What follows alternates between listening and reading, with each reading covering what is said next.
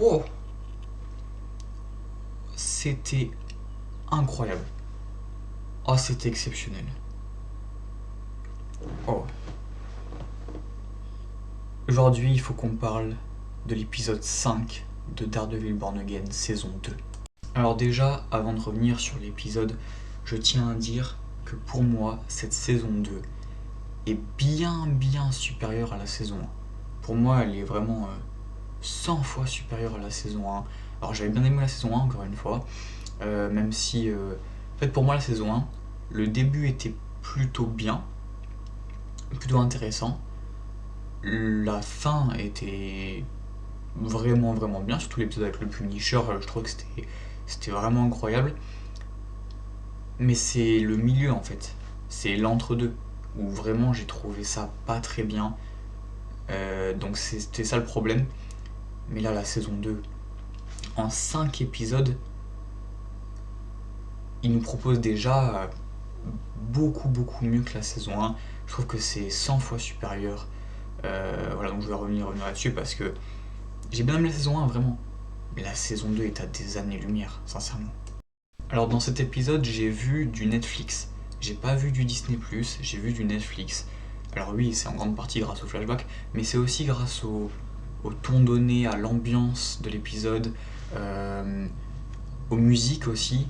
Donc il n'y a pas que les flashbacks, il y a les flashbacks, mais les musiques, le ton donné et l'ambiance de l'épisode, ça m'a plus fait penser à ce qu'on a eu du côté Netflix, ou même de Netflix en général, que Disney+. Il y avait moins une ambiance Disney+, par rapport aux épisodes d'avant, et honnêtement, moi j'ai plutôt bien aimé. Moi j'ai trouvé ça plutôt intéressant, et j'ai trouvé ça vraiment bien.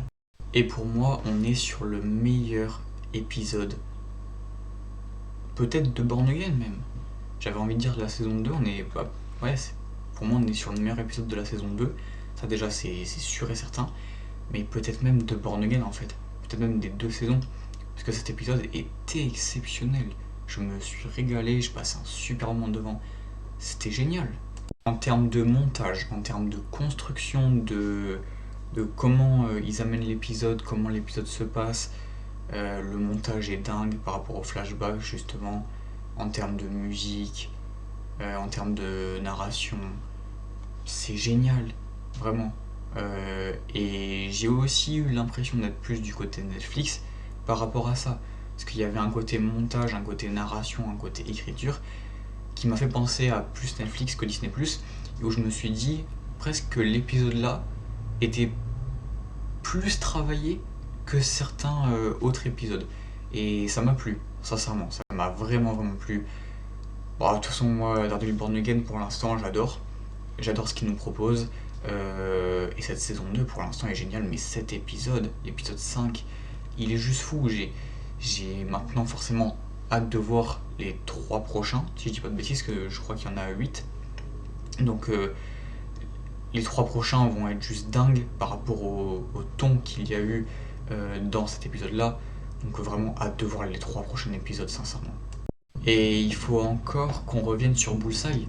Il faut encore qu'on revienne sur Bullseye parce que ce perso est exceptionnel déjà, comme je l'avais dit dans l'épisode précédent. Mais surtout, ce personnage, il est trop important en fait pour l'histoire, pour la narration, même pour le développement de Matt dans cette série, enfin dans cette saison. C'est juste dingue le développement et ce qu'ils sont en train de faire sur Bullseye.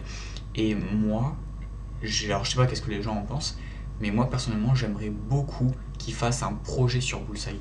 Alors peut-être pas une série ou peut-être pas un film, mais peut-être pas un special comme pour le Punisher en fait. Parce que là on va avoir, si je dis pas de bêtises, en mai, le Punisher, enfin le special du Punisher qui s'appelle Punisher One Last Kill, ça a l'air incroyable.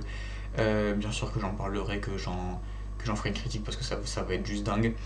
Mais je pense qu'il pourrait faire un special sur Bullseye. Si à la limite vous voulez pas faire une série, vous voulez pas faire un vrai film, vous faites un special sur Disney+, sur Bullseye. C'est une solution. C'est une solution et moi, si jamais ils allaient dans cette direction par rapport au personnage de Bullseye et qu'ils viendraient à à faire un spécial sur son personnage, je serais très heureux. Parce que j'ai besoin d'un projet sur ce personnage-là. J'ai besoin d'un projet sur ce personnage, tellement le personnage il m'intrigue et tellement j'ai envie de le voir évoluer. Parce qu'il est incroyable le personnage, tout simplement.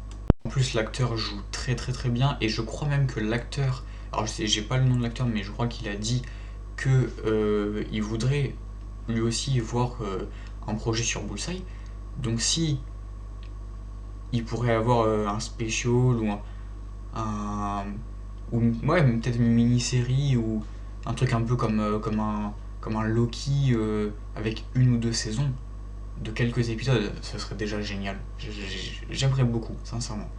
En plus, l'acteur, vraiment, il est génial. Ce serait vraiment, vraiment bien. Et on a les scènes des flashbacks qui sont très bien choisies pour moi. Les scènes des flashbacks sont hyper bien utilisées, elles sont hyper bien choisies, parce qu'en fait,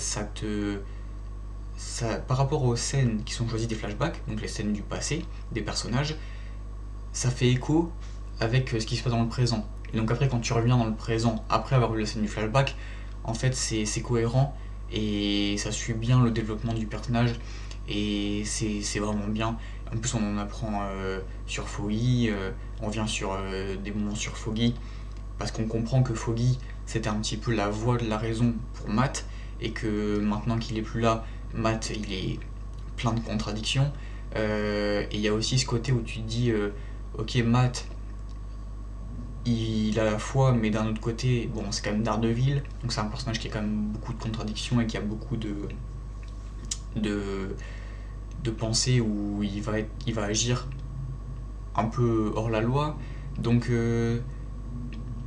c'est assez intéressant ce côté religion, ce côté foi, comme je l'avais dit déjà, de maths et tout ça. Je trouve ça vraiment intéressant et le côté flashback, il est hyper bien utilisé parce que c'est des bons moments, des flashbacks qui sont choisis. C'est vraiment parfait, ils ont vraiment bien choisi, ça c'est génial. Bon, par contre, il y a des moments qui sont un petit peu trop prévisibles, je trouve. Après, ça c'est. Disons que ça reste une série Marvel, ça reste une série Daredevil, on peut pas non plus en demander. Et le truc, c'est que. euh, le. Comment dire. Je disais, j'aime beaucoup cette saison 2, mais tout n'est pas parfait. Tout n'est pas parfait. Alors oui, je disais, la saison 2, elle est 100 fois supérieure à la saison 1, elle est géniale cette saison 2, on a des années-lumière à la saison 1, oui, mais tout n'est pas parfait. Et là, notamment dans cet épisode, même si je l'ai trouvé exceptionnel, c'est les moments prévisibles. Alors encore une fois, les flashbacks sont très bien faits, mais là où il y a du côté prévisible, c'est qu'à un moment donné, on a Matt qui essaye de tout faire pour sauver Bullseye, pardon. Il essaye de tout faire pour sauver Bullseye, pardon. Et du coup, vraiment, il donne tout ce qu'il a. Il donne tout ce qu'il a. En fait, c'est un peu le truc de super-héros qui en fait essaye de même. Et pourtant, Bullseye a quand même tué Foggy. Donc on se dit, il pourrait le laisser, il pourrait l'abandonner. Mais il a ce côté, on va dire, de super-héros où il veut agir pour le bien, il veut faire les bons choix, et donc il décide d'essayer de faire tout ce qui est en son pouvoir, c'est la phrase que je cherchais, de faire tout ce qui est en son pouvoir pour sauver Bullseye. Et même à un moment donné, il essaie de le porter sur son dos, Bullseye il lui dit non, laisse-moi, genre vraiment, j'en peux plus, laisse-moi mourir ici. Et tu as Daredevil qui dit non. Il lui dit non, je vais pas te laisser. Et c'est là où c'est prévisible, du coup. Parce que il y a ensuite un moment donné, dans l'épisode, où donc on a Matt qui va laisser Bullseye en plan, il va l'abandonner, et au moment où il l'abandonne et il va pour partir, il y a le flashback. Et le flashback, c'est le moment où on a donc Foggy qui dit à Matt qu'il faut avoir la voix de la raison et qu'il faut avoir le pardon.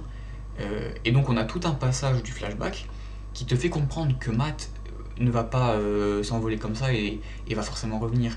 Et là où c'est un peu prévisible, c'est qu'on a le flashback, et juste ensuite, on a Matt qui revient chercher Bullseye. Donc on se dit, bon, ça c'est un peu prévisible.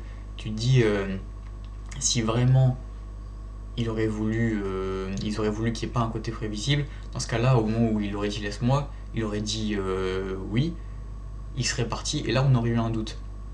Mais le fait de dire non, je vais pas te laisser, il le laisse, il y a le flashback, donc après il se dit ouais, mais faut pas que je le laisse parce qu'il repense à ce que Foggy lui avait dit, etc. Et hop, il va le chercher. Bon, voilà, il y a peut-être des petits trucs comme ça qui sont prévisibles, mais sinon ça reste un épisode que moi j'ai adoré, que je trouve vraiment, vraiment très très bien. Bon, par contre, Vanessa, bon, c'était un peu sûr, hein, c'était un peu sûr qu'elle allait mourir.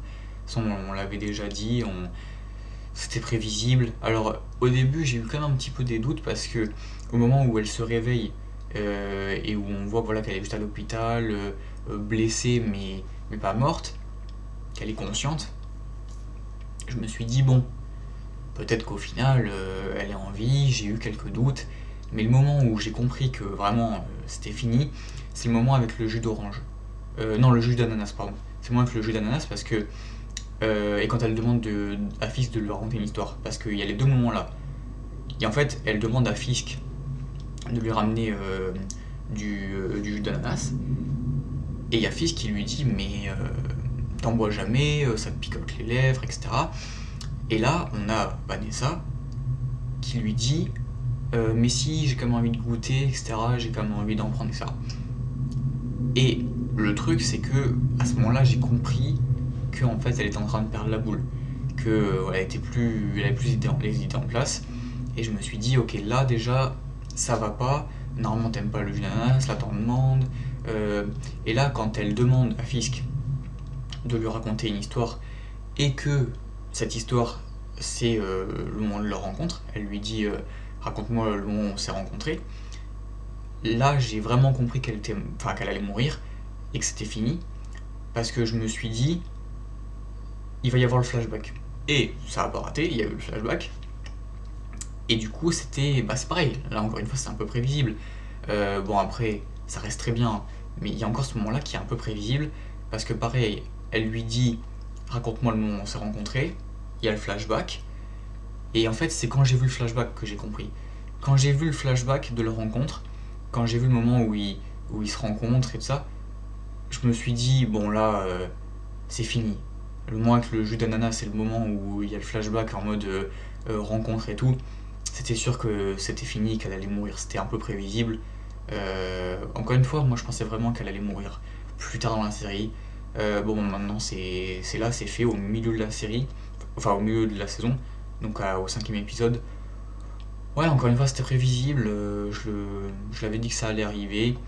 Je le sentais, mais au moins maintenant, on est sûr qu'on va avoir un Fisk bien énervé. Parce que maintenant qu'elle est morte, il y a aussi ce truc de comment va réagir Fisk. Et on l'a vu à la fin de l'épisode, Fisk, comment il s'est décomposé, comment il est énervé, et à la fois en colère, et à la fois triste, et à la fois rempli de haine, on voit que Fisk il va s'énerver. Et c'est ce que je disais, il fallait que Vanessa meure. Pour conclure, l'épisode était vraiment vraiment génial, c'était vraiment bien, j'ai passé un vraiment bon moment dessus. Et pourtant, dans un sens, c'est peut-être celui où il se passe le moins de choses dans cet épisode. C'est peut-être celui où il se passe le moins de choses dans le sens où c'est peut-être l'épisode pardon, où il y a le moins d'action par rapport aux autres épisodes. Mais en fait, l'épisode est trop bien amené dans son montage et dans ce qu'il veut raconter. Et je pense qu'en fait, c'est un épisode qui est tellement génial par rapport à son cœur émotionnel. Parce qu'il a un cœur émotionnel dans ce qu'il veut raconter qui est tellement bien amené, tellement bien fait, qu'au final, on n'a pas forcément besoin d'un épisode avec beaucoup d'action. Et j'ai trouvé ça vraiment bien. Donc voilà, j'ai trouvé cet épisode vraiment bien. Je sais pas ce que vous en avez pensé. Dites-le moi en commentaire. Et nous, on se retrouve très prochainement pour de nouvelles vidéos. Salut à tous, c'était Cinemaverse.